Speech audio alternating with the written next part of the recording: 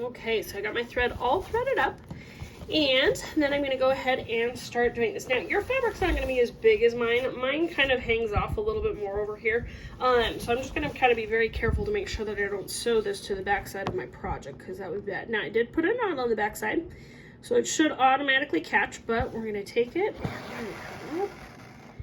and then back down. Oh, you guys can't see, just kidding. Up and then back down.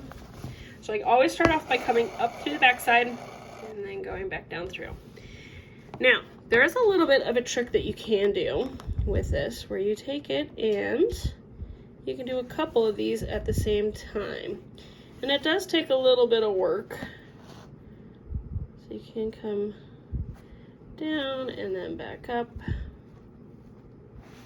And so sometimes I like to do that just to make sure that I don't get a knot on the back side.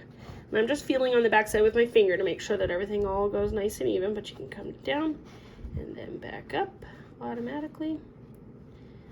And if you want, you can even do a couple of these if you're really good at the same time.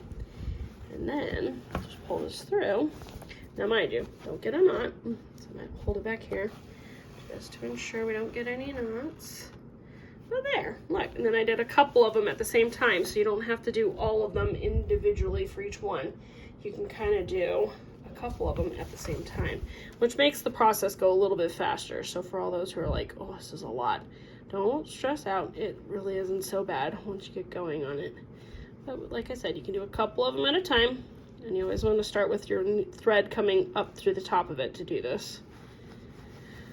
And pull this through. Looks like I'm gonna get a knot, so I'm gonna hold this back here to ensure I don't get a knot, which I've got a knot coming from somewhere. I'm not quite sure where or how. Oh, there it is. There we go. Looks like I just had a twisted thread. That's all that was going on there. All right, and because I have a twisted thread, what I'm gonna do is I'm gonna hold this up from the top and let my needle just kind of untwist. I might play with the thread just a little bit. Get rid of some of that twist. And there, that should help it out now. Pull this back down so I don't lose my tail. All right, and then I just have two left here. So I'm gonna go down and then up and then back down through the end. And I'm gonna pull this all the way through. Okay, and so as you can see, now I've got my whole first row all done. Now, if the black lines underneath are driving you nuts, and you're like, oh, Miss Roll, those are gonna just kill me. I don't wanna see those. What you can do is after you get done, you can iron these once you're finished, so then you can get rid of all the excess lines.